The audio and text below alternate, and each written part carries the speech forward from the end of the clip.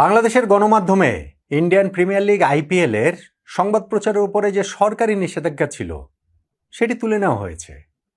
মানে বাংলাদেশের প্রথম সারির বিভিন্ন গণমাধ্যম দেখে আমার সেটাই তো মনে হলো ভালো খবর, খুবই ভালো খবর নিঃসন্দেহে। কেননা এখন আমরা আমাদের প্ল্যাটফর্মেও আইপিএল নিয়ে আলোচনা করতে পারবো।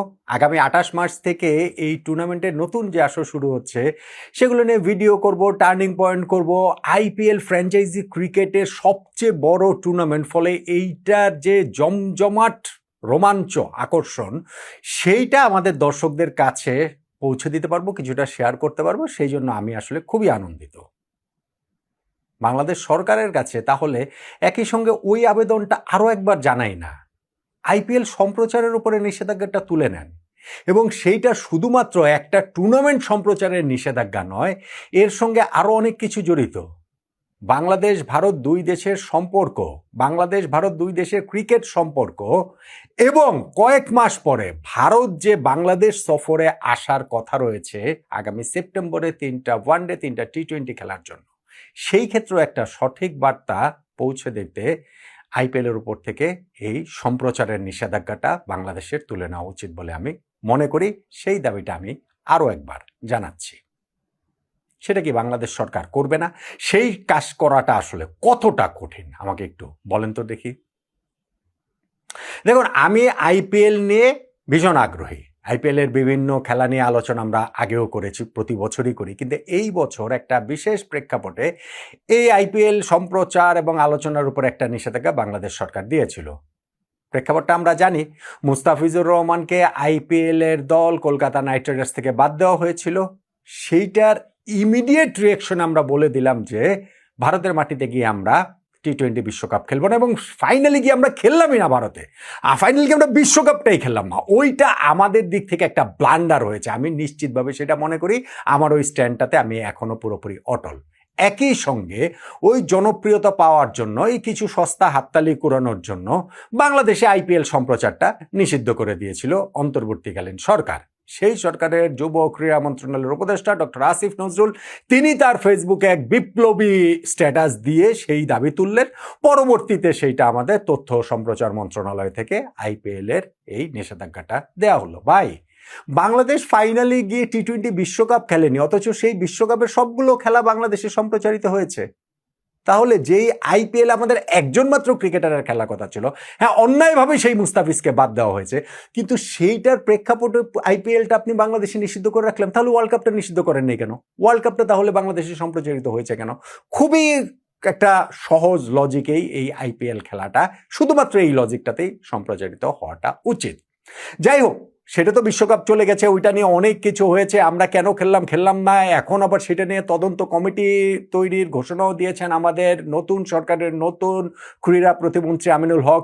সেই কমিটি কীভাবে কাজ করে সেটা আমাদেরকে দেখতে হবে, সময় দিতে হবে, সবই ঠিক আছে। কিন্তু in the meantime IPL যেটা শুরু হচ্ছে আগামী 28 মার্চ থেকে, আর সপ্তাহখানেক পর থেকে, সেইটার উপর থেকে বাংলাদেশ সরকারের সম্প্রচারের নিষেধাজ্ঞাটা তুলে নেওয়াটা ভীষণ ভীষণ জরুরি বলে আমি মনে করছি। দেখেন, মিডিয়াতে আমার এটা আই মাইট বি রং, আমার ইন্টারপ্রিটেশনটা ভুলও হতে পারে। মিডিয়াতে সেই সংবাদ প্রচারে হয়তো বা নিষেধাজ্ঞা ছিলই না, কিন্তু আমি যেটা দেখতে পাচ্ছি যে না, এইখানটাতে হচ্ছে গিয়ে বাংলাদেশের প্রথম সারির সব গণমাধ্যমেই এই আইপিএলের নিউজগুলো দেওয়া হচ্ছে। আপনি যদি প্রথম আলোতে ঢোকেন তাহলে আপনি দেখতে পারবেন সেখানে নিউজ রয়েছে আইপিএলের শুরুতে নাও খেলতে পারেন স্টার্ক হ্যাজেলউড, অস্ট্রেলিয়ার যে 2 পেস বোলার, তারা যে নাও খেলতে পারেন সেই নিউজটা প্রথম আলোতে রয়েছে। প্রথম আলোতে নিউজ আছে হচ্ছে গিয়ে বেতন ভাতায় সেরা কিন্তু ক্রিকেটারদের সুরক্ষায় পিছিয়ে আইপিএল, এই সংবাদটাও আছে। আমি জাস্ট হচ্ছে গিয়ে একটু কি বলা চলে যে 2টা নির্বাচিত সংবাদে বললাম। দ্য ডেইলি স্টার আরেকটা প্রথম সারি গণমাধ্যম, সেখানে ঢুকলে আপনি নিউজ দেখতে পারবেন যে Rajasthan keen to shield teenager Suryavanshi from the media glare. Vaibhav Suryavanshi, যাকে নিয়ে অনেক আলোচনা হচ্ছে, তার ওই যে মিডিয়া স্পটলাইট থেকে তাকে সুরক্ষিত করার ব্যাপারে রাজস্থান রয়্যালস, তার যে টিম, তারা হচ্ছে গিয়ে ওই কাজটা করবে, সেরকম একটা নিউজ দ্য ডেইলি স্টার রয়েছে। বিডি নিউজ 24.com আপনি ঢুকলেই নিউজ দেখতে পারবেন যে ধোনির সঙ্গে খেলার সুযোগ পেয়ে রোমাঞ্চিত সঞ্জু স্যামসন, যিনি এইবার চেন্নাই সুপার কিংসে গিয়েছেন। আর মহেন্দ্র সিং ধোনি তো চেন্নাই সুপার কিংসেরই একেবারে অবিচ্ছেদ্য অংশ, ফলে এই নিউজটা তাদের ওইখানটাতে রয়েছে। আপনি একই সঙ্গে এইখানটাতেও ওই অস্ট্রেলিয়ার পেস থ্রোয়ির কেউ থাকবেন না আইপিএল এর শুরুতে, স্টার কামিন্স হেজেলউডের ওই ছবি দিয়ে ওরকম একটা নিউজও আপনি BDNews24.com ঢুকলে দেখতে পাবেন। দৈনিক যুগান্তরে ঢুকলে আপনি দেখতে পারবেন যে দুঃসংবাদ পেল কলকাতা নাইট রাইডার্স, এরকম একটা নিউজ রয়েছে। ফলে সবগুলো মিডিয়াতেই বাংলাদেশের মোরলেস, আমি তো বললাম সেই প্রথম আলো, ডেইলি স্টার, BDNews24.com, যুগান্তর, অল্প কয়েকটা মিডিয়ার কথাই আমি দেখালাম এটা বোঝানোর জন্য যে আসলে সেই আইপিএল এর সংবাদটা সব জায়গায় প্রচারিত হচ্ছে, পরিবেশিত হচ্ছে। ফলে নটবর্তমানেও আমাদের এই সংবাদ প্রচার করায়, পরিবেশন করায় কোনো বাধার জায়গা আমি আর দেখতে পাচ্ছি না। সেটা না হয় আমরা করব, কিন্তু এই ভারতের সাথে যে আমাদের সম্পর্কটা, যেটা ক্রিকেট দিয়ে সম্পর্কটা অনেক বেশি সহজ হতে পারে। দেখেন, আমাদের এই বর্তমান পরিবর্তিত বাস্তবতায় 12ই ফেব্রুয়ারি বাংলাদেশের জাতীয় সংসদ নির্বাচন পরবর্তী বাস্তবতায় ভারত বাংলাদেশের কূটনৈতিক সম্পর্কটা কিন্তু অনেক দিক থেকে অনেক সহজ হয়ে আসার প্রতিশ্রুতি রয়েছে, ইঙ্গিত রয়েছে। সেইখানে এই ক্রিকেটের মাধ্যমেও আমরা সেই কাজটা করতে পারি। আর তাতে করে আমার কাছে মনে হয় বড় একটা স্টেটমেন্ট হবে যদি আইপিএল এর উপর থেকে আমরা এই নিষেধাজ্ঞা তুলে নেই। এটা আমাদের পয়েন্ট থেকে, বাংলাদেশের তরফ থেকে একটা বড় স্টেটমেন্ট হবে।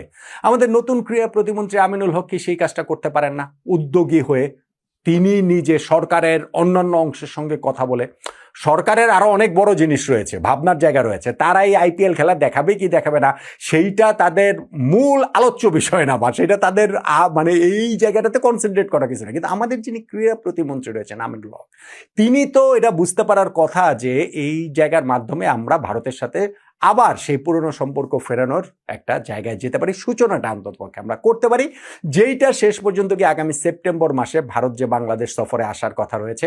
গত বছর যেই সফরটা হওয়ার কথা ছিল ভারত আসেনি, রাজনৈতিক বাস্তবতায় আসেনি। এখন পরিবর্তিত রাজনৈতিক বাস্তবতায় ভারতের অবশ্যই এই সফরটাতে আসবে বলে আমি আশাবাদী, এবং আমার মনে হয় যে তারা সেটা আসবে। কিন্তু সেটা করতে হলে আমাদের পয়েন্ট অফ ভিউ থেকে, আমাদের দিক থেকে তো হচ্ছে কি কোনো একটা কিছু তাদেরকে দিতে হবে, যে মানে আমরা কতটা আগ্রহী। আইপিএল এর খেলা বাংলাদেশে দেখানো কিংবা না দেখানোর সঙ্গে ভারতীয় ক্রিকেট বোর্ড কিংবা আইপিএল এর বিরাট কোনো লাভ ক্ষতির সম্পর্ক নাই। এগুলা ভাই আমরা শুধুমাত্র বলার জন্যই বলি। ওয়ার্ল্ড কাপ ক্রিকেটে বাংলাদেশ খেলে নেই, আমরা বড় বড় ডায়লগ দিয়েছেন, আমাদের বোর্ড প্রেসিডেন্ট বুলবুল ভাই বলেছেন না যে না 200 মিলিয়ন দর্শক এই গানটাতে রয়েছে, এই 20 কোটি দর্শকের বাইরের কথা কিভাবে আইসিসি ভাবতে পারে? তো তাদের ছাড়া হয়েছে না। এবং তারপরে আমরা দেখেছি না যে ওয়ার্ল্ড কাপ ফাইনালে এট এ টাইম ওই যে কি বলা চলে যে যেখানে অনলাইন স্ট্রিম করছিল, লাইভ স্ট্রিমিং করছিল, সেইখানটাতে 81 কোটি 20 লাখ দর্শক একই সঙ্গে ওই খেলা দেখছিলেন, ভারত যখন পুরস্কার নিচ্ছিল সেই সময়টাতে। তো বাংলাদেশের ওই 20 কোটি দর্শকের জন্য যে তারা একেবারে মানে না হলেই চলবে না, বিষয়টা সেরকম নয়। আর আরেকটা জিনিস আমাদেরকে বুঝতে হবে, আইপিএল এর খেলা বাংলাদেশে সম্প্রচার যদি নিষিদ্ধও থাকে, যারা খেলা দেখার তাদেরকে কি আটকানো যাবে? এখন এই অনলাইনের যুগে এটা কি আটকানো সম্ভব? তো যারা খেলা দেখার বিভিন্ন উপায়ে তারা সেই খেলাটা দেখবেনই। তো আমরা কি কারণে ভারতের সঙ্গে এই শত্রু খেলাটা এখন অব্যাহত রাখবো? আমরা এই জায়গাটাতে বন্ধুত্বের আহ্বান নিয়ে কি কারণটাতে শুরু করব না আইপিএল এর এই নিষেধাজ্ঞাটা সম্প্রচারের উপরে তুলে নিয়ে? আমি আগে ওইটা নিয়ে একটা ভিডিও করেছিলাম এবং আমি বলেছিলাম যে আমার থিওরিটা, আমার ফিলোসফিটা, আমার দর্শনটা খুব সহজ। ভালোবাসায় ভালোবাসা ছড়ায়, ঘৃণায় ঘৃণা ছড়ায়। তা আপনি ঘৃণা আর ছড়াবো কেন? অনেক তো ঘৃণা ছড়ালাম, একটু ভালোবাসা ছড়াই। এইবার আমরা ওই সম্প্রীতির একটা গান গাই, এইবার আমরা এপার বাংলা ওপার বাংলাকে ক্রিকেট দিয়ে এক করি, এইবার আমরা ভারত বাংলাদেশের যে বন্ধুত্বের যে জায়গাটা নানান ক্ষেত্রে, সেটা ক্রিকেটের ক্ষেত্রে নিয়ে আসে। ভাই ক্রিকেটের ক্ষেত্রে যদি বলি, আমি রাজনৈতিক ক্ষেত্র কূটনৈতিক ক্ষেত্রগুলো বাদ দেন, ক্রিকেটের ক্ষেত্রে ভারত বাংলাদেশ পরীক্ষিত বন্ধু, এটা অনাদিকাল থেকে।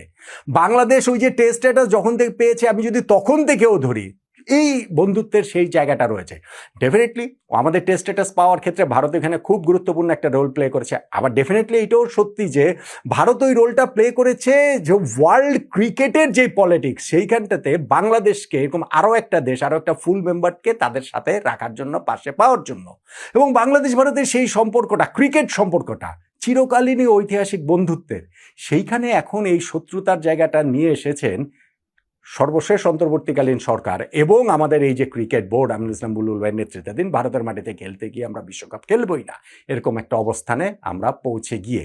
ফলে এখন যখন পরিবর্তিত রাজনৈতিক পরিস্থিতি, তখন আমার মনে হয় যে এই জায়গাটাকেও পরিবর্তন করা উচিত এবং সেই পরিবর্তনের সূচনাটা হতে পারে আইপিএল এর সম্প্রচারের নিষেধাজ্ঞাটা তুলে দেয়া বাংলাদেশের গণমাধ্যমের ওপর থেকে। বাংলাদেশের মিডিয়াতে আইপিএলের নিউজ আসছে, আমরা সেগুলো নিয়ে আলোচনা করব, কথাবার্তা বলবো। সম্প্রচার হতে তাহলে দোষটা কোথায়? বরং ওইটা করে আইপিএলের খেলা দেখা কাউকে আসলে আটকানো যাবে না। সো শুধু শুধু এই শত্রু শত্রু খেলাটা বাদ দিয়ে একটু বন্ধু বন্ধু খেলায় আবার একটু ফেরত আসার জন্য আমার কাছে মনে হয় যে বাংলাদেশ সরকার এবং এই সরকারের স্পেশালি ক্রীড়া প্রতিমন্ত্রী আমিনুল হক তিনি যদি উদ্যোগী হয়ে আইপিএলের উপর থেকে এই সম্প্রচারের নিষেধাজ্ঞাটা তুলে নেওয়ার ব্যবস্থাটা করেন তাহলে খুব ভালো একটা বার্তা যাবে। তাহলে ভারত বাংলাদেশ সফরে নিশ্চিতভাবেই আগামী সেপ্টেম্বর মাসে আসবে। তাহলে বাংলাদেশ ভারত ক্রিকেট সম্পর্কটা আবার আগের সেই বন্ধুত্বপূর্ণ জায়গায় চলে যাবে। ওইটুকু আশা তো আমরা করতেই পারি না, বলুন তো?